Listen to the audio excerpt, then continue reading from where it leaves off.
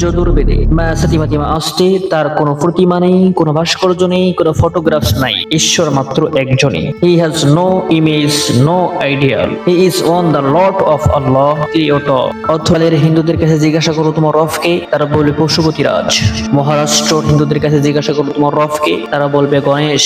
দিল্লির হিন্দুদের কাছে জিজ্ঞাসা করো তোমার রবকে, তারা বলবে রাম।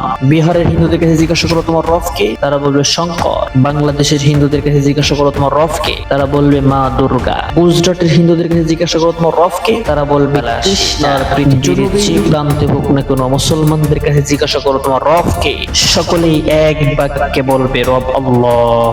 একথা শুধু আমি বলছি না, একথা হিন্দুদের ধর্মগ্রন্থ বলছে। ঋগ্বেদ, যজুর্বেদ, অথর্ববেদ, সামবেদ। আমি প্রত্যেকটা বেদ থেকে রেফারেন্স সহ বলবো। কোরআন বলছে রব একমাত্র আল্লাহ। এই বেদগুলা হিন্দুদের ধর্মগ্রন্থ, মূল ধর্মগ্রন্থগুলাই বলছেন রব একমাত্র আল্লাহ। কিন্তু আজকে আমাদের হিন্দু ভাইরা অন্ধকার কুসংস্কারের মধ্যে পড়ে যে এক বিভ্রান্তিকর জিনিসের পূজা করে। আল্লাহ তাআলা আমাদের এই হিন্দু ভাইদেরকে সঠিক বুঝ দান করে সঠিক পথে আসার তৌফিক দান করুক। সকলেই বলি আমিন। অবিশ্বাস্য হলো সত্য, হিন্দুদের ধর্মগ্রন্থগুলোতে বলা হয়েছে একমাত্র আল্লাহরই কথা। ঋগ্বেদ 10 নম্বর অধ্যায় 121 নম্বর পরিচ্ছেদের 1 নম্বর শ্লোকে বলা হয়েছে তিনি এক, যিনি সব সৃষ্টির প্রভু। হিন্দুরা মনে করেন 33 কোটি দেবী দেবতা, কিন্তু এরকম কোনো ইঙ্গিত ঋগ্বেদ, যজুর্বেদ, অথর্ববেদ, সামবেদ কোথাও নাই। এখানে বলা হয়েছে 10 নম্বর অধ্যায়ের 121 নম্বর পরিচ্ছেদের 1 নম্বর শ্লোকে যে তিনি এক, যিনি সবকিছুর প্রভু, সবকিছুর সৃষ্টিকর্তা। একথা বলা হয়েছে যদুর্বেদ মা সাতিমাতিমা আসতে তার কোনো প্রতিমা নেই, কোনো ভাস্কর্য নেই, কোনো ফটোগ্রাফস নাই। ঈশ্বর মাত্র একজনই। He has no image, no ideal. He is one the lord of Allah creator. অথর্ববেদে বলা হয়েছে 13 নম্বর অধ্যায়ে 4 নম্বর পরিচ্ছেদের 16 নম্বর শ্লোকে বলা হয়েছে কাম ব্রহ্মা দিব্যতে নাস্তি, একমাত্র ব্রহ্ম, দ্বিতীয় কেউ নাই। God is one, there is no second. সামবেদে বলা হয়েছে 1 নম্বর অধ্যায়ের 6 নম্বর পরিচ্ছেদের 2 নম্বর শ্লোকে বলা হয়েছে সকলের উচিত একমাত্র সৃষ্টিকর্তারই পূজা করা। Worship on the on creator. একই কথা কোরআনে পাকের মধ্যে বলা হয়েছে সূরাতুল ইখলাস কুল হুয়াল্লাহু আহাদ, বলুন তিনি এক আল্লাহ। আল্লাহুস সামাদ, আল্লাহ আল্লাহ ওয়া মুকাফিকি লাম ইয়ালিদ ওয়া লাম ইউলাদ, তিনি জন্ম দেননি, জন্ম নেননি। ওয়া লাম ইয়াকুল লাহু কুফুয়ান আহাদ, তার সমকক্ষ কেউ নাই। He is Allah the one.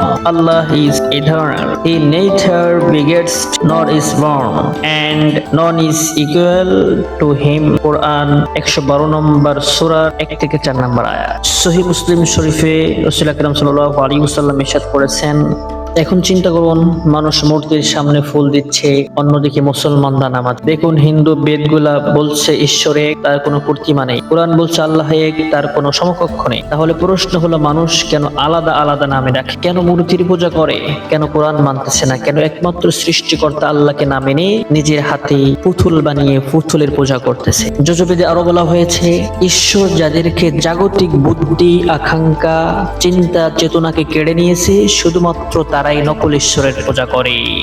এখন হিন্দু ভাইদেরকে বলবো, ভাই আপনি আপনার ধর্মগ্রন্থ পড়ুন, ধর্মগ্রন্থ বুঝুন, বুঝে ঈশ্বর আপনাকে কিভাবে জীবন বলেছে সেভাবে জীবনকে পরিচালনা করুন। অন্যথায় অন্ধকারের দিকে নিমজ্জিত হয়ে যান না। সর্বশ্রেষ্ঠ বিধাতা আপনার মাথা দিয়েছেন, চিন্তা করার বুদ্ধি ফিকির দিয়েছেন, ধর্মগ্রন্থ বোঝার মতো ক্ষমতা আল্লাহ তাআলা আপনাকে দিয়েছেন। কেন আপনি নকল ঈশ্বরের পূজা করে জীবন ধ্বংস করে দিবেন? কারণ স্পষ্ট ভাষায় সব থেকে বড় পবিত্র মহাগ্রন্থ আপনাদের বেদ, যে 4টা বেদ, 4টা বেদেই আপনাকে মূর্তি পূজা নিষিদ্ধ করে দিয়েছেন, নকল ঈশ্বরের পূজা করতে নিষেধ করেছেন। বলা হয়েছে 10 নম্বর, বলা হয়েছে ঋগ্বেদে 10 নম্বর অধ্যায় 121 নম্বর পরিচ্ছেদের 1 নম্বর শ্লোকে, বলা হয়েছে যজুর্বেদের 32 নম্বর অধ্যায়ে 3 নম্বর শ্লোকে, বলা হয়েছে অথর্ববেদের 13 নম্বর অধ্যায়ের 4 নম্বর পরিচ্ছেদের 16 নম্বর শ্লোকে, বলা হয়েছে সামবেদের 1 নম্বর অধ্যায়ের 6 নম্বর পরিচ্ছেদের 2 নম্বর শ্লোকে ঈশ্বর মাত্র একজন,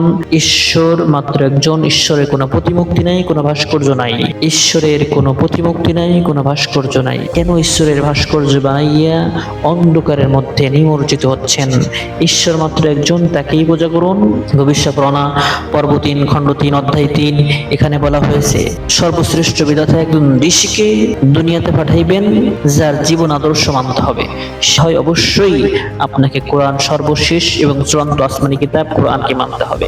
তাই আসুন সঠিক পথ বেছে নিন। ভিডিওটা লাইক করুন এবং আপনার মূল্যবান মতামত কমেন্ট বক্সে লিখুন। জ্ঞান যতই ভাগ করা যায় ততই বাড়ে। আপনি যদি সত্যকে খুঁজতে চান আর এমন আলোচনার সাথে থাকতে চান তাহলে এখনই আমাদের চ্যানেলটি সাবস্ক্রাইব করুন আর বেল আইকন চাপুন যেন পরবর্তী ভিডিও আপনার কাছে সরাসরি পৌঁছে যায়। Friend, knowledge grows when it is shared. If you want to continue experience the truth, then subscribe to our channel now and press the bell icon so you are never miss the next video. ভিডিওটি share করুন, প্রচুর পরিমাণ share করুন। সমস্ত মুসলমান এবং হিন্দুদের মাঝে এই ভিডিওটা ছড়িয়ে দিন। আপনার এই একটা শেয়ারের মাধ্যমে যদি কোনো মুসলমান ভাই অথবা কোনো হিন্দু ভাই হিদায়াত প্রাপ্ত হয় তাহলে আপনি অবশ্যই কিয়ামত পর্যন্ত সদকা জারি হিসেবে সওয়াব পেতে থাকবেন। তাই সওয়াবের নিয়তে, খিদমতের নিয়তে চ্যানেলটা সাবস্ক্রাইব করুন এবং ভিডিওটা শেয়ার করে সবার মাঝে ছড়িয়ে দিন। ভালো থাকবেন, সুস্থ থাকবেন। আসসালামু আলাইকুম।